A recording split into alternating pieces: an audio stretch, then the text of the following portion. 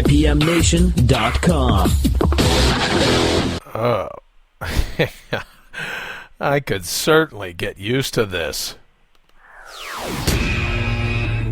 All Natural Being. Warning, All Natural Being with Brian Brawdy is designed to shake your sense of self to the core. It's full contact psychology with an empowering twist, a philosophical loofah for your soul. For those of you not ready or comfortable releasing your inner superhuman, listener discretion is advised. Here's your host, Brian Brawdy.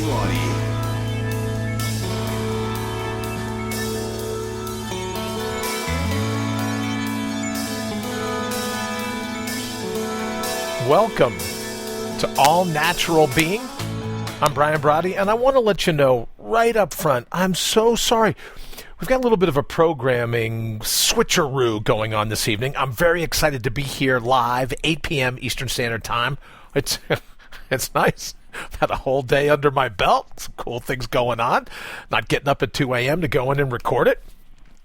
So I'm enjoying this. I could get used to this nighttime gig, I got to tell you.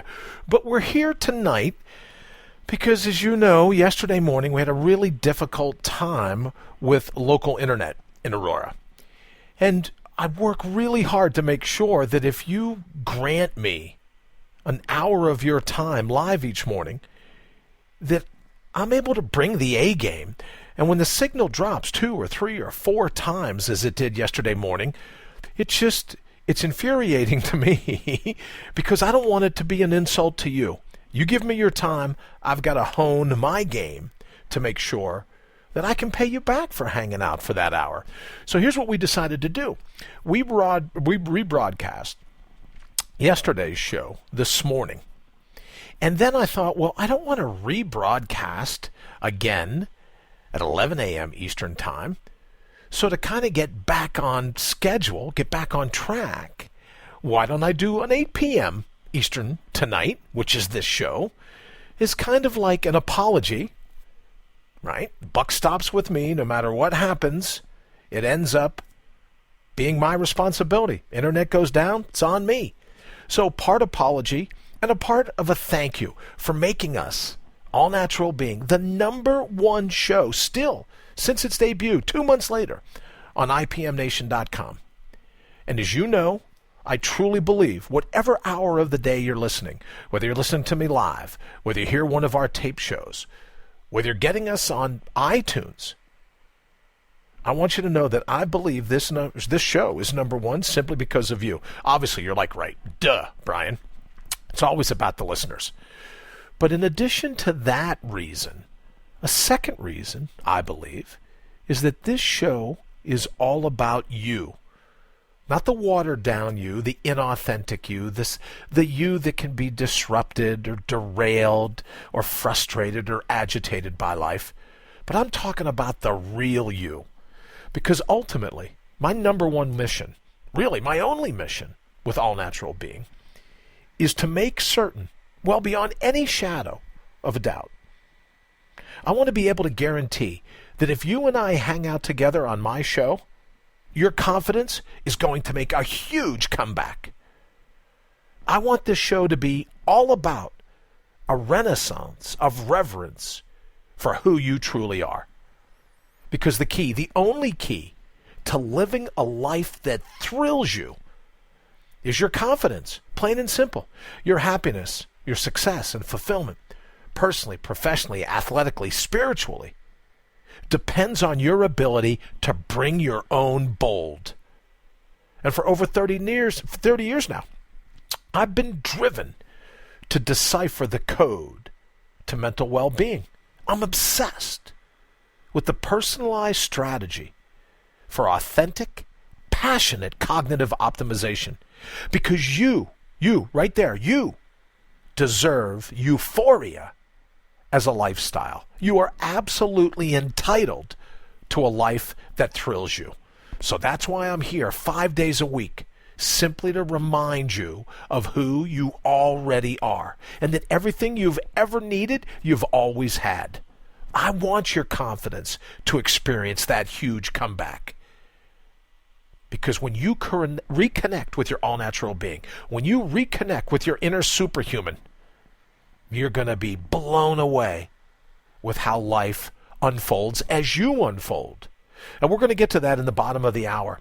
We're going to talk about the 3 recollections, my 3 decades, my 30 years of studying. We're going to kind of highlight that in 3 thumbnails, if you will. But what I wanted to do to kick off the show, again, to thank you for tuning in, 8 p.m. Eastern Time, kind of cool, but also to apologize for yesterday's snafu. We're going to do whatever we have to. If we have to relocate in the studio, we are going to do whatever we have to make sure that the internet doesn't let us down. Again, that's my commitment to you. Now, well, can I guarantee it? Who knows? You get a storm, you get a this, you get a that. Who knows what will conspire to knock us off the internet, knock us off air. But if it's within my control, I'm going to continue to work on it. So, don't forget, at Brian Brawdy on Twitter, if you want to send me a note, head on over to allnaturalbeing.com. Leave me your email. I'll leave you my email. We can connect that way, because a lot of the times the content for the show comes from what the listeners have to say to me, what the feedback is. Also, as you know, you can reach me at 331-684-7685 or SOUL, 331-684-SOUL. I'll take some questions there pretty soon. Once we get the internet ironed out, as I've mentioned, we're going to be taking live call-ins, which is kind of cool. And we had a big meeting today about the video broadcast that'll be coming in the next couple of weeks, where you're going to be here in the studio with me as we do the show. You'll be able to see it live. So if you, in addition to listening, if you're near a TV and you want to take a peek, you'll be able to do that as well. But before we get into it any further today, the anaerobic aphorism. It's not a good idea to always buy whatever your mind is selling. And I want to talk today about negative self-talk, because there really is some good news about negative self-talk. People are like, oh man, I got to watch the things that my mind says to me, the things that I believe, the things that I let my mind run wild with. But we're going to work on it today so that you never have to be defeated again by negative self-talk. Absolutely. Never going to be a problem for you in the future. And that's what we're going to work on in today's show. And then at the bottom of the hour, we're going to go on the 3 recollections of all natural being. But let's kick off this whole thing with negative self-talk, because I get a lot of texts and emails about this very same thing. It's really cool. I dig this concept, Brian, of all natural being, but it's just the voices. It's just the negative thoughts, the binge thinking that you and I have talked about. So I want to go at it a couple different ways today. So let's start with this. Let's remember that even though your mind is offering up this negative self-talk, it doesn't think it's negative. It's just trying to protect you for over thousands of years. Yes, lions, tigers, and bears, oh my, for thousands of years. These little voices in your head have had your back, your best interest at heart. They were trying to protect you. Busy hanging out a couple thousand years ago, hear some rustling in the brush. You better hope there's a little voice that goes, danger, danger, danger. If not, your great-great-great-great-grandfather would have been animal food. So these voices in our head are there to try to protect us. They're like a bodyguard. But what happens is, as human beings progressed the stages of their life, we didn't need protection. Thankfully, in the world today, most parts of the world, there aren't any predators. There aren't any lions, tigers, hyenas, bears waiting for you, just prepared to pounce and attack you without a moment's notice. But what are we going to do with that portion of our brain, that portion of who we are that's always been looking out for us? Well, one of the very first keys to dealing with negative self-talk is to realize that it doesn't think it's negative. It's not trying to derail you. It's actually trying to protect you. It just has a skewed vision now in modern life, because most of us don't have those fears. And from time to time, we want this voice. If you're going to cross against the don't cross sign, the busy intersection in a city, you ought to have that little voice that says, I don't think that's a great idea. So we don't want to throw the baby out with the bathwater. We don't want to go all negative on our negative self-talk, because its goal is still to protect us. It's a bodyguard. But here's what I'd like you to think about. All this portion of your ego wants to do is protect the candle that is you. Now, it doesn't care that you and I have a destiny. It doesn't care that you and I are here to light a flame and keep it burning. All this bodyguard is responsible for is the candle. Doesn't give a crap about the flame. Its deal is to make sure the candle remains intact. Then we come along and we go, hey, we have a destiny.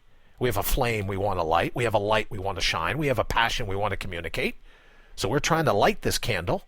And the bodyguard's like, look, I don't know. I don't know about this destiny stuff. I'm here to protect the candle. So it offers up situations where it tries to scare us, doesn't want us being attacked, doesn't want us being embarrassed, doesn't want us being hurt in any way. So it's all over us being a couch potato. What better way to protect a candle than to suggest at every turn to barrage it with thoughts of, let's be a couch potato. Let's not go out into the chaos. Let's not throw ourselves into the fray once more unto the breach, to quote Shakespeare. So its job is to protect the candle. It'd love it if you were wrapped up in bubble wrap. It would love it if it could keep you boxed in. But see, you ever been to a birthday party? And maybe your own birthday party, and someone's made a cake for you, and they put all the candles on the cake. And they go to carry the cake in, and everyone starts singing happy birthday. And if they move too fast, the flames start to flicker on the candle. So then the person carrying the cake will usually put their hands right in front of the candle in terms of the way they're moving forward. And that kind of blocks a little bit of the wind that's kicked up by you moving through the air. And that's to protect the flame. Well, that's what you and I are trying to do. We're trying to protect the flame. We're trying our best to manifest our destiny. Now, that portion of your ego, the bodyguard, it doesn't care. It's like, look, I'm here for the wax. I'm here for the candle. I don't care what you crazy wicks are doing. If it were up to that portion of your ego, it would snuff the flame right out. It's like, look, I'll protect it. Don't worry about the wind. I'm good with that. It would suffocate the flame right away, because then it would know no one would pay attention to the candle. It can sit right over here on the couch. Everything will be groovy. But what happens is that it reaches a stage, as I say, where it becomes the predator it's always feared. What is its prey? Our vision, our heart, our passion, our all-natural being, our inner superhuman. And it does whatever it can to distract us, because it's going to protect the candle. Leave it in the box for all I care. But you and I get to a point, we become overly sensitized to the ego's just downright misguided nagging. We become addicted to the binge thinking of toxic thoughts.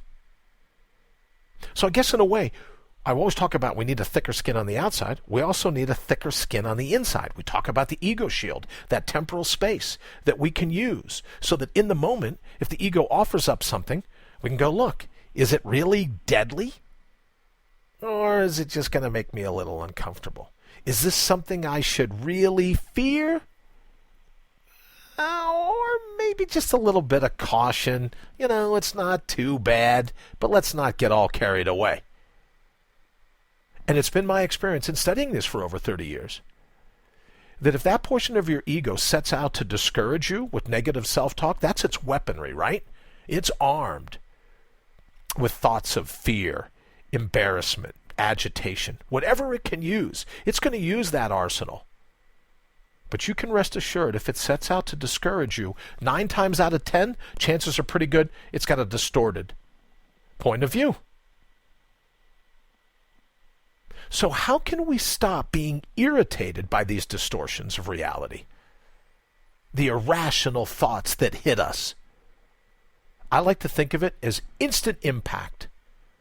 Whenever your mind starts to spin out of control, it's instant impact. We're going to get to that here in just a little bit. But underlying all of that, we want to be thankful. I know this is going to sound counterintuitive, sound a bit crazy. For those of you that have been with me, that won't shock you, right? I know it sounds a little bit crazy, but we need to thank the negative voice. And we do it by saying, look, I get it. You're here to protect the candle. I'm here to light the wick, keep the flame going. Can we find some common ground? And the best way to start with that common ground is to say to it, I'm not going to let you snuff out the flame. I'm not going to live in a jar. I'm not going to let you put me in a box and put me in the top drawer, only to pull me out next birthday party. I got a little more to do than just ride a cake down the hallway from the kitchen to the dining room. But you thank it, saying, look, I know what you're trying to do. I know you got my back. You're watching out for me. But I can take it from here. So what you and I want to do when we start out having gratitude in the moment, we'll get to the best acronym in a minute, but gratitude in the moment for its ulterior motives. What it's really trying to do is save us from embarrassment, save us from being hurt, save the candle from getting all busted up. But here's the thing. We can't fight it. All we can do is hope to figure it out. And the first step to figuring it out, we talk all the time about gratitude being the grease of the mind. First thing we got to do to figure it out, be grateful for the fact that it's there. Because if it wasn't there, as I said before, your great granddad, grandmom, whoever, somebody in your family tree, lion food. And you wouldn't be here listening to the sound of my voice. So we need to be thankful that negative self-talk, in its own strange, skewed, distorted little way, really has what it thinks is our best interest in its heart. So you and I got to rethink our thoughts. Before we jump into the instant impact drill, as I was sitting thinking about the anaerobic aphorism, it's not a good idea to always buy whatever your mind is selling. It took me back to the days as a cop in New York, and I'd have to prepare to go in front of a grand jury. And a part of the instant impact drill is when some of those negative thoughts bubble up. Because remember, ultimately, if those negative thoughts hold us back, it's character assassination. Your all-natural being doesn't need that type of protection. It's at the very least identity theft. Your all-natural being doesn't need the negative self-talk to protect it. It's impugning your integrity, bad-mouthing all of your natural boldness, dragging your name through the mental mud. Most times, you got yourself some maximum strength fertilizer there. So what do? We turn the tables. I call it label and libel. So a part of the instant impact drill, you call it out, call it on the carpet, and question it. You label it, and then you libel it. Say, oh, this emotion is popped up, this agitation is popped up, this fear, this trepidation is popped up. Label it for what it is. Where do you feel it? Dryness in mouth, quickness of the pulse. I can feel my heart pounding. My stomach's a little agitated. Label it. And then libel it. Turn the tables. It's spent all its time trying character assassination, identity theft, taking your integrity, knocking it around, bad-mouthing your all-natural boldness, dragging the name of your all-natural being through the mental mud. Now it's time to turn the tables. We label it and then libel it. We say, look, I know this is what you're trying to do, but this is a little much. This is a little pushy. This is binge thinking taken to the nth degree. Appreciate it, but I really don't need your help right now. Appreciate it, but I think I got it. I think I can handle it. So I started to say back in law enforcement, you go and you arrest a bad guy, a bad girl. It's a misdemeanor or under, is what it is. But when it gets to felonies and above, or all felonies, but different classes of felonies, you got to throw your case in front of a grand jury. So as you probably know, you go to a prosecutor. Prosecutor looks at all the paperwork, everything you've got, all your evidence and the like, and he or she says, great, let's throw it in front of the grand jury. Now, you probably also know the old saying that a grand jury can indict a ham sandwich, right? Because there's no defense attorney there. It's all prosecution, putting its case on, trying to get an indictment. So as I wrote the anaerobic aphorisms, not a good idea to always buy whatever your mind is selling, thought about the grand jury, because this is what we can do with the negative thoughts. Let's put it on the stand. Let's take its oath. Ask it. What evidence do you have against me? Am I too short, too tall, too heavy, not smart enough, not good looking enough, not happy enough, not connected enough? What is it? Put it on the stand and grill it. Label and then libel it. If it's betting against your big picture vision, tell it to bring its case. Show me your hand. What do you got? Again, call it out. Pull it out onto the carpet. Question it. Turn the tables on it. You can't be certain that its sense of revisionist history is the truth, so throw it in front of your own grand jury. What evidence do you have? What proof do you have that this is going to go south for me? It's going to turn out. It's going to hurt me. Has it ever happened in the past? And this is where the instant impact drill comes in. Let's do this. Before we do it, let me take a quick break, and we will be right back. Don't forget, reach out to me, allnaturalbeing.com. Leave me your email. I'll leave you my email. We'll catch up that way. Also, you can send me a tweet at Brian Brawdy and hit me up on Facebook as well. I'm hoping to be able to incorporate some of your questions, some of your thoughts, even in this show. So give me a holler whenever you can. All right, we'll be right back. IPMNation.com. All right, so here we are. We talk about the instant impact drill. And I use this as a function of the BEST acronym, right? Our 20-second victory. When we breathe in, exhale, scan the horizon, and take action. So what I do is when I have a negative thought bubble up, and let's use, because I'm told this is a huge one for people, fear of public speaking. And I have to be honest with you. If I get on the stage, usually if there's more than 20, 30, maybe 50 people, I feel my pulse race a little bit. Sometimes I'll get a little dry in the mouth, feel my heart pounding. I know I've reframed it in my mind. That's the energy that I'm going to use to bring my own bold. But I hear that it's a really scary thing to a lot of people, almost immobilizing type of fear. So when that happens, here's your instant impact drill. Oh, you don't want to get on stage. You're going to be embarrassed. Then you're going to be ostracized. No one will like you. No one will love you. No one will talk to you. Everyone will turn their back on you. You're going to make a fool out of yourself. This is just going to be a train wreck. It's going to be horrible. It's going to be brutal. And the instant impact drill comes when you take in that deep breath, you exhale, you scan whatever baloney the negative self-talk is trying to throw up, and then you think, you talk, you take action. You throw it in front of the grand jury. Go, last time I was speaking in front of a group of 50 people. Oh, I'm sorry. I've never spoken in front of a group of 50 people. Oh, so you're thinking that maybe I'll mess up in front of a group of 50 people or more. And here's what I've found in all the years of doing it. The moment you question, the moment you label and then libel your negative self-talk, it starts to backpedal. It caves. It folds its hand. It doesn't like being grilled. It doesn't like being put in front of your grand jury. So when it comes up with all the reasons, you ever ask yourself, why doesn't anything ever go right for me? That's a little bit of revisionist history at its finest, isn't it? Some maximum strength fertilizer thrown up by the negative self-talk in your head. Let's look at that. Nothing ever. So at no time, ever, in the past, has anything, ever, never, nothing, ever gone right for me. And when you put it on the stand and grill it, it kind of goes, there had to be some, sure, there's some times, but, I didn't mean ever, I didn't mean, all, right? It just starts backpedaling. It doesn't even know how to answer you. It's revisionist history. Nothing ever goes right for me.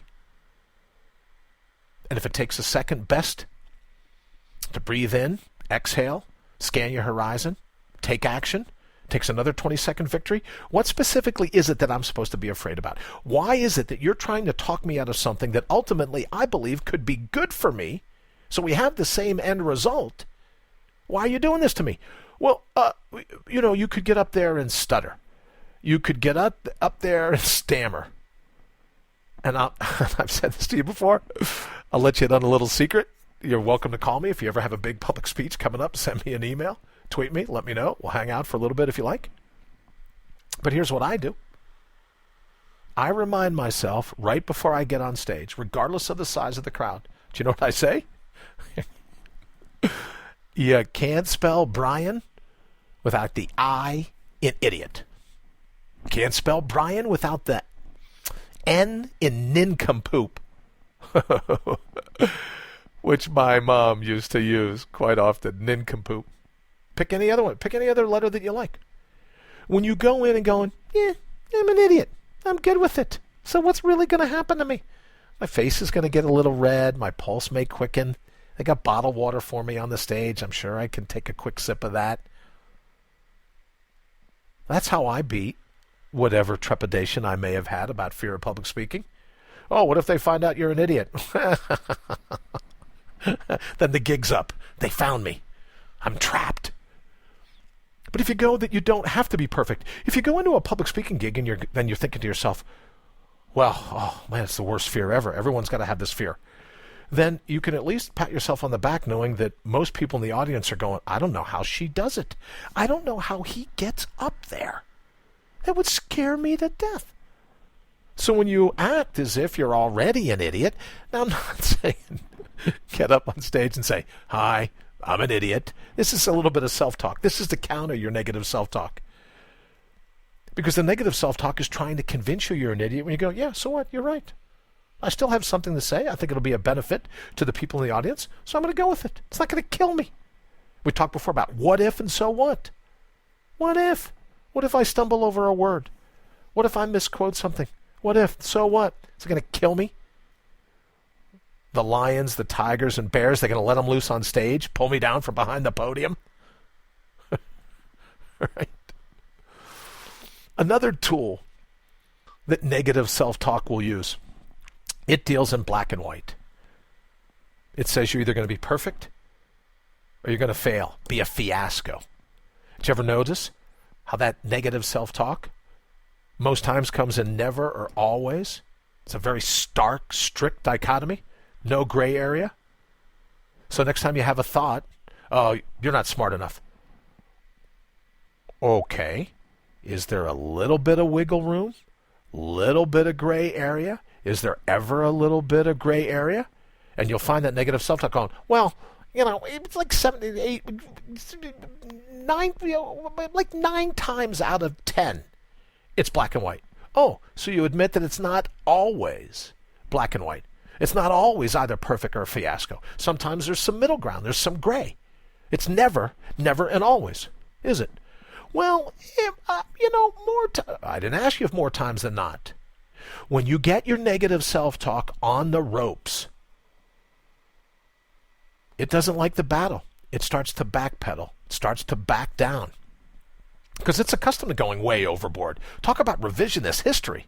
Oh, this is going to be brutal. And you go, really? Brutal, brutal, brutal. Like being pulled under by an octopus in an ocean swim. Brutal? Oh, well not necessarily like an octopus pulling you under, but it could be. It reminds me of, what was that movie with John Candy when he was a security guard? And somebody gets shot with a BB gun and they said, are you injured or you hurt? And he goes, no, but it could break the skin and cause a nasty infection. Okay, well, if it breaks the skin, we'll get over it. Let's not go overboard with ourselves. It may not be as brutal as you're leading me to believe. And then another tool, another weapon that it has in its little bag of tricks, shoulds. Well, you should do this, or you should do that. Or you shouldn't do this, or you shouldn't do that. So one way to beat it, no should heads. No should heads. When it says, well, this is the way it has to be, go, well, what if it isn't? Remember my favorite, what if and so what? Did it kill me? No. Sharp stick in the eye? Who's to say? But when you stand up to your negative self-talk, when you don't let it hijack your heart and your head, and you do it not by fighting it, but by simply trying to figure it out, throw it in front of the grand jury, you'll find more times than not, you don't win the indictment.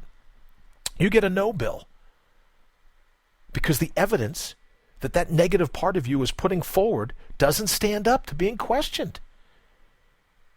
It wants to drag your name through the mental mud because it wants to protect your candle. And you're like, look, I'm all about the flame. Thanks for the candle. Appreciate it. Do what you can to make sure that I don't walk off the edge of a dock. But I got the flame from here. I got the wick. I'll take care of it. Thank you for what you've done. But your evidence just didn't stack up. Because there's more to life than just black and white. There's more to life than going way overboard or way underboard. You ever have one of those times where you think to yourself, I'm just not good enough to pull this off? Not fast enough, strong enough, thin enough. You know the words. Ever have one of those? Where you so underestimate your value that you scare yourself to death. You're petrified. There's no way you would try to do that, given the negative self-talk. So throw it in front of the grand jury. See if it gets an indictment. Because maybe, in some situations, just maybe it's telling you the truth. Maybe you shouldn't do a certain something because of fear of physical bodily harm. We all know what those things would be. But 8 or 9 times out of 10, it's revisionist history at its finest. Maximum strength baloney. Fertilizer. Because life is never either perfect or a fiasco. Never either black or white. And regardless of what that negative self-talk tries to do, stand up and go, I really appreciate it, but I've had just about enough of your binge thinking.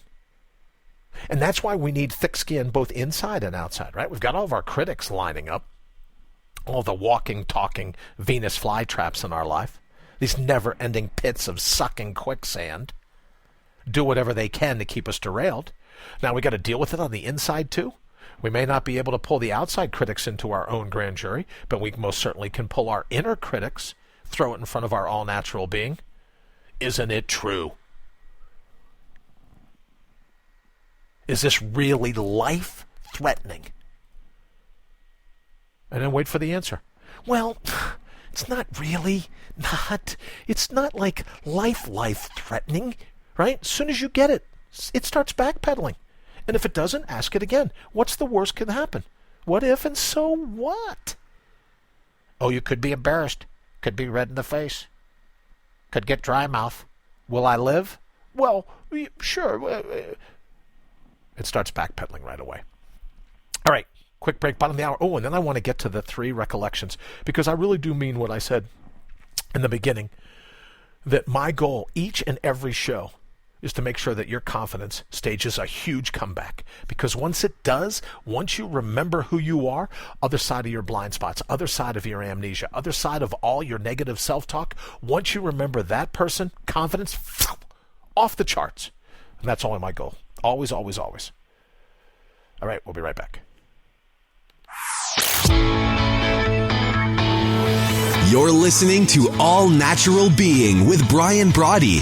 How much longer will you let them hijack your head and your heart? All right, so here we go. Still a great question. How much longer can we let the outside critics and our inner critics, all the negative talk buzzing around, how much longer are we going to let them hijack our hearts and our heads? I said in the opening of this show, it's absolutely important to me to think of any way I can so that you're subject to a renaissance of reverence for who you truly are when you look in the mirror. Because that is the only key to life. When you remember who you are, you realize you're here to be thrilled. And you really do deserve a lifestyle of euphoria. You really are entitled to a life that simply amazes you. That's your birthright. And when you bring your own bold, as you unfold, the universe unfolds with you. When your heart and your head dovetail, the universe and your all-natural being dovetail as well. As above, so below. The micro and the macro. Which takes me back, and I want just kind of like a recap into our opening couple of months. And this might absolutely be a cause for you to rethink some of your thoughts. We can make this an instant impact drill right now. What I call the 3 recollections of all natural being. Because you know me. I think we've been brainwashed. Now, I'm not a conspiracy theorist. I'm not saying that groups of people got together to brainwash us. Could be. It's not what I'm saying. Not the point I'm trying to make. I'm simply saying that some of us suffer from blind spots, from amnesia. We've forgotten. So 3 recollections are the 3 things that we need to recall. I saw a quote the other day that says, evolve or die, grow or die. The bottom line is, at the basis of this mystery of life, the majesty and magic that comes from being impeccably human as opposed to being mundane, as opposed to taking your true limitlessness and being listless about it, being apathetic, having your mental muscle, just like a physical muscle in your body, having that atrophy because you're not putting it through all of its paces. You're not into mental health as well as health of every other part of your body. So the 3 recollections of all natural being. Number 1's not going to surprise you. Ask yourself, who am I? When you look at the people that are suffering from midlife crisis, now I'm told even quarter life crisis, huge percentages, they say, greatest percentage on the globe of people that are depressed, North America and Western Europe. Which is odd because you think the people in North America and Western Europe are pretty much, not the only ones on the planet, but when it comes to all the material, all the gettingness, all the widgets and baubles and trinkets and whatnot, we're doing pretty good. Western Europe, North America. Yet they say huge percentages of people 30 and older are depressed. And you can only be depressed. You can only suffer from a midlife or even a quarter life crisis if you've forgotten who you are. The stress of leading an inauthentic life. The stress that comes, let me ask you, you ever been to, say, Venice Beach in California, or almost any street in central Manhattan, any street in a major city all over the world, and you have these street vendors constantly hawking, constantly trying to get you, right, to buy whatever widget they're selling. Psst, hey, you want to buy a watch? Ever been to a place like that? Every couple of feet there's someone with a blanket trying to sell you a knockoff purse or some herbs or some jewelry or some painting or some starving artist this or starving artist that. They're all hawkers trying to get your attention. Well, when you let your mind and the negative self-talk act like a street vendor, let me have your attention here, let me have your attention here, attention, alert, alert, alert, alert, alert, don't go there, something bad could happen. When we're busy with all that binge thinking, all that toxic thinking, letting our mind treat us like we're a mark, ready to be had. Oh, let me find some tourists. They'll go ahead and buy some of my crap that I have here on a blanket. When we let our mind run the labyrinth for us, as opposed to us running the labyrinth, look what happens. We're subject to one street vendor selling one negative thought after another. So the way to remove yourself from the barrage, the constant binge thinking, is to be able to answer this question. Who am I? The first recollection of all natural being is to ask yourself, who am I? Now, outside of all the conditioning, all the learning, everything that's been piled on you and in you since you were born, at your core, in the marrow of your heart and your mind, your all-natural being, that's who you are. An individual packet of pristine that bubbled up from the universal pristine. Now, we don't have to have a spiritual discussion. We don't have to have a scientific discussion. No Pollyanna nonsense from either side. All I'm simply suggesting is that when you arrived, there was an all-natural component to you before you were should upon, before you were indoctrinated, before you were piled on with all the baggage, all these things. Before all that happened, who were you? So the first recollection of all natural being, the key to living a life that thrills you, a key to the callback of your confidence to truly unimaginable levels. Ask yourself, look in the mirror, who am I? And if some of the negative self-talk bubbles up, throw it in front of the grand jury. Oh, I'm this, or I'm too that, or I'm not enough this, I'm not enough that. Throw it in front of the grand jury. 20-second victory. Instant impact in your life. Breathe in, exhale. Scan the horizon. Think for yourself. Is that true? Is the negative self-talk really true about me? After it folds, ask yourself again, who am I? The second recollection of all natural being. Because when you get through these three recollections of all natural being, your sense of self will never have had it so good. I absolutely promise it. Absolutely guarantee it. Your sense of self will skyrocket when you recall these things. Number one, who am I? Number two, where am I? People just go, oh, life, it's tough. For me, I've always reframed life as the labyrinth. It's an adventure. It's the improv. Something about to happen. The ups and downs, the lefts, the rights, the pivots, the swerves. No dead ends, all cul-de-sacs. You get in, learn what you're supposed to learn, duck back out. But you keep moving. Life is a labyrinth, there to challenge us.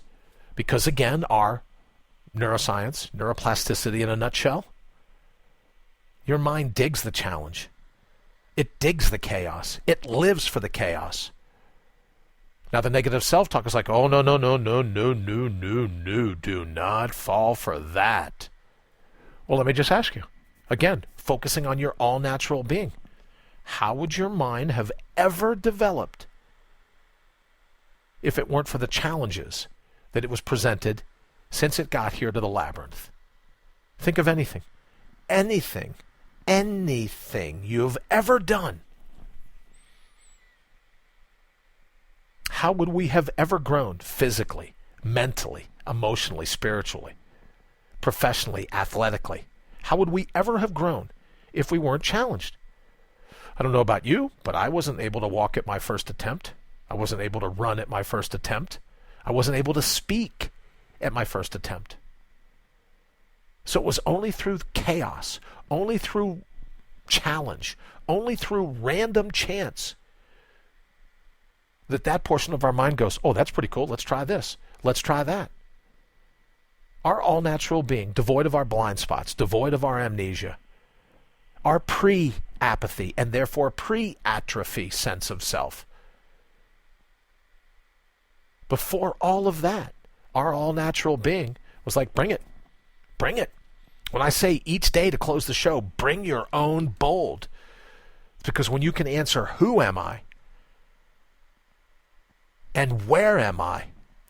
I'm in the challenge of a lifetime. I'm in an adventure. Remember? Adventure. Something about to happen. Ancient Latin. La Ventura. Something about to happen. It isn't an expedition.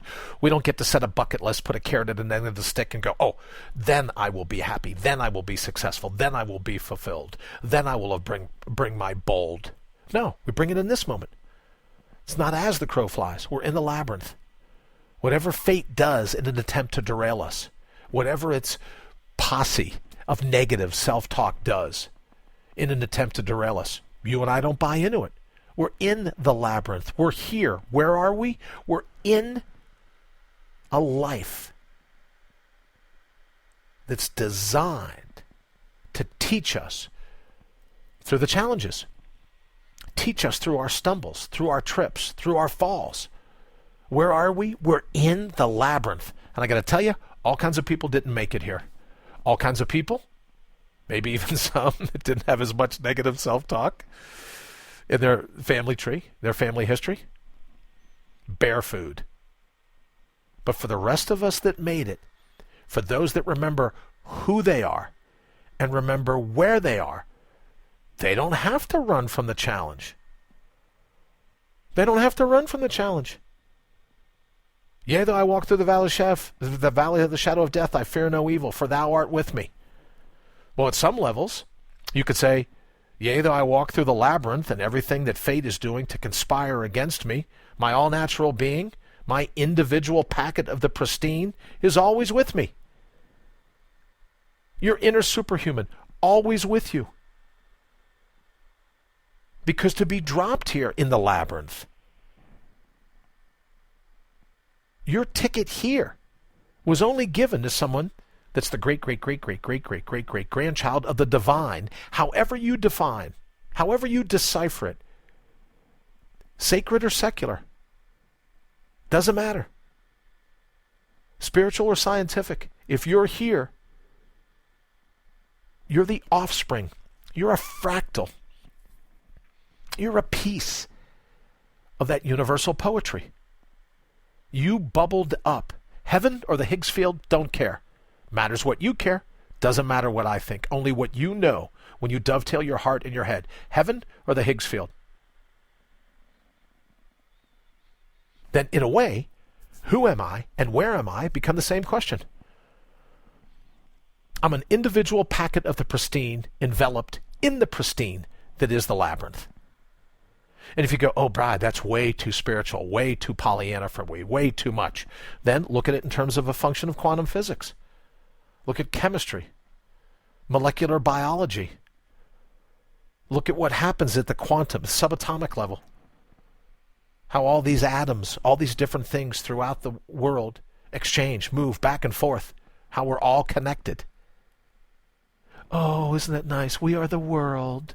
It's not what I'm talking about. No Pollyanna nonsense here. No spiritual mumbo-jumbo. I'm talking about if you don't want to look at it that way, look at it scientifically.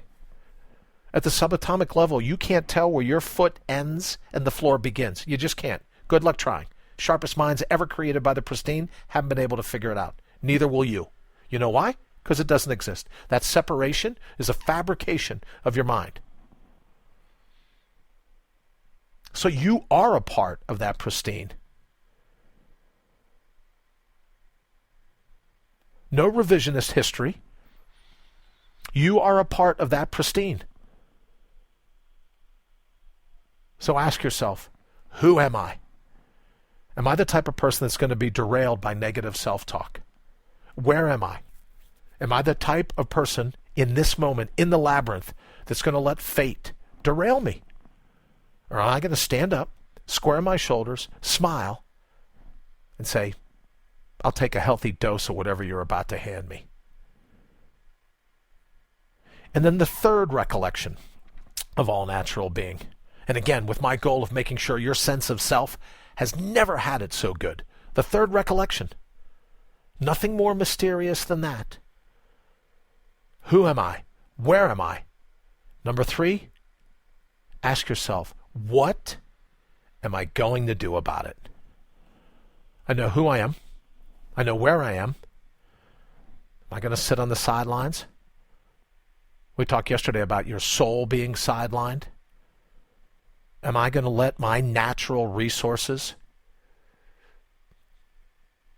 because you're a buried treasure wrapped in a skin bag.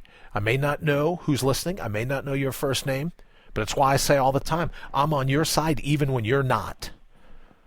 It's why you probably heard me say, I'm not here for you. I'm here for your soul. Because your soul is not here to sit on the sidelines. And forgive the law enforcement metaphor, right? But what is it? If you're a hammer, you look at everything like a nail. Your soul is here to kick in some doors. To come in hot and light it up. It's not here to be a spiritual couch potato. So what are you going to do about it? The third recollection, it's on you. You have an obligation to bring your own bold. We talk all the time. How do you do it? 20-minute victory. 1/72nd of your day. 1 20-minute chunk to remember who you are. And in those times when it gets even toughest and the negative self-talk is too much, we even distill it down to a 20-second victory right now for the next 20 seconds. Am I going to stand for this? Or am I going to stand up for myself? Am I going to be smacked around by fate? Or am I going to stand up and go, you picked the wrong person. I'm not the one. You want to bring it? Bring it. Ask yourself, what am I going to do about it? I know who I am. I know where I am. What am I going to do about it? We talked early on in the show about was I me that day at the end of your life, or technically at the end of the moment, the end of the hour, the end of the day, the end of the week, the end of the month, the end of the decade. You get where I'm going with this. The end of any interaction, if not altercation, at the end of any interaction, you go, was I me? Did I handle that well? Was I me? You talk about it at the end of your life. You're looking back. Life flashes in front of your eyes. Was I me? How are you going to answer that? If you were sent here to manifest a destiny and you decided to be a spiritual couch potato, okay, let's take the spiritual aspect right out of it. Let's look at it very scientifically. That you're here at all. That you're here at all.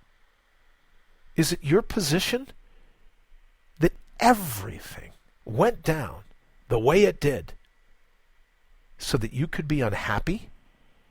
You could be mundane. You could be melancholy, listless. Do you honestly believe that you and I are put here to have a midlife crisis? To have a quarter-life crisis? Were we put here to be brainwashed, to be subject to our limiting and therefore crippling beliefs? Or were we put here to unleash our all-natural resources? Unleash our authentic capabilities. So the three recollections of all-natural being: who am I? Where am I? And what the hell am I going to do about it? Because I'm tired of being pushed around. I'm tired of letting fate have its way with me. What am I going to do about it? I know the negative self-talk is here to protect the candle. I know that's what it's selling. But am I here to always buy whatever my mind is selling? No. You can feel it in your heart. I know you can. That's what I love about this show. I say all the time, don't listen to me. Don't take my opinion for it. I'm asking you for 20 seconds or 20 minutes. Give me 20 minutes. And I promise you, your sense of self will have never had it so good. I promise you, 20 minutes, 20 minutes. And your confidence will experience a comeback like you couldn't even have imagined just 20 minutes before. Because when you recall who you are, where you are, and what you plan on doing about that, as you unfold you, the universe unfolds in front of you. So I ask all the time in the little commercial, how much longer are you going to let someone hijack your heart and your head? The reason that I ask that is the moment you take control of the bus and you say, no, I'm going to dovetail my heart and my head. Whatever the negative self-talk does to protect the candle, I'm going to bring the flame. I got a wick, it's going back burnout. I'm going to crawl to the finish line having spent every one of my natural resources. Every one of them. Death will be getting nothing from me but a dead body, an empty bag. And when you live your life that way, that's when the universe dovetails. And the universe goes, she gets it. The universe says, now there's a guy that's got it going on. This person knows who they are, where they are, and they know what they're going to do with the gift, either from God or gravity. Don't care about your beliefs. You should, I shouldn't. Don't care. But the gift of either God or gravity. A big bang, exploding cosmic fireball, or a big breath. Jump-starting life in the palm of a hand. Doesn't matter. Ask yourself, who am I? Where am I? And what am I going to do with the gift that I've been given? Because outside of all the craziness, the debate between science and religion, can they even be reconciled? Absolutely they can be reconciled. God or gravity, doesn't matter. You still get to answer, who am I? You still get to authentically answer, where am I? And no matter what the negative self-talk does, pull it in front of the grand jury. And ask it, oh, really? That's your thought, is it? What evidence do you have to back that up? Is it always that black and white? Any chance there's a gray area? Any chance you could be wrong? Pull it in front of the grand jury. And when you let congruently your head and your heart dovetail, and you know what you're going to do with who you are and where you are, and that negative self-talk comes, it won't come for long. Because as you unfold your all-natural being, the universe unfolds for you. It really is that simple. All right, my friends, good golly, we're coming up on the top of the hour. I want to, again, please accept my apology for all the internet craziness. You could have seen me trying to figure out. I mean, it's a little better than when I used to walk away from the microphone altogether and see if it was the heater or the this or the that. So please accept my apologies for yesterday morning. And I'm hoping doing a live show, something else, got to tell you. Doing a live evening show as an apology and a thank you for sticking with me. Please know that I'm going to continue to work. Because it is, you say, okay, great, Bri. You know who you are? Sure. Do you know where you are? Yeah. What am I going to do about it? What's my calling, if you will? I'm going to work to make sure that your confidence is ready for a huge comeback. Because I really dig the idea in every part of me of experiencing, helping you to be a part of a renaissance of reverence for who you truly are. And don't let negative people outside of you, and don't let negative people inside of you, the negative self-talk inside of you. Let's get some thick skin, both on the outside and by the inside. Never let them talk you out of it. A thought like that pops up, throw it in front of the grand jury, put it on the stand, put it under oath, and go, you better show me your hand. And when it can't, because it never will be able to, then your all-natural being returns a no bill.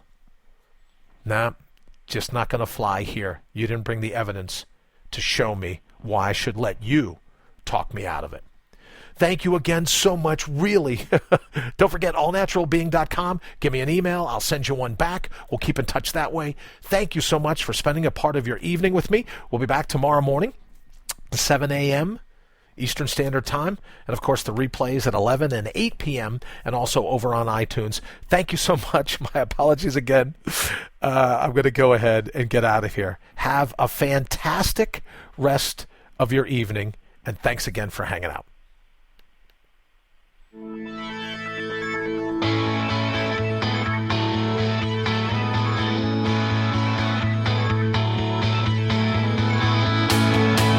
All Natural Being. You've been listening to All Natural Being with Brian Brawdy.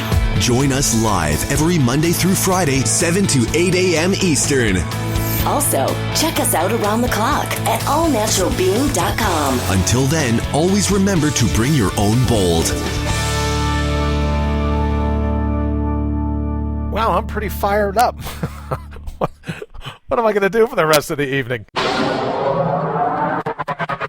IPMNation.com.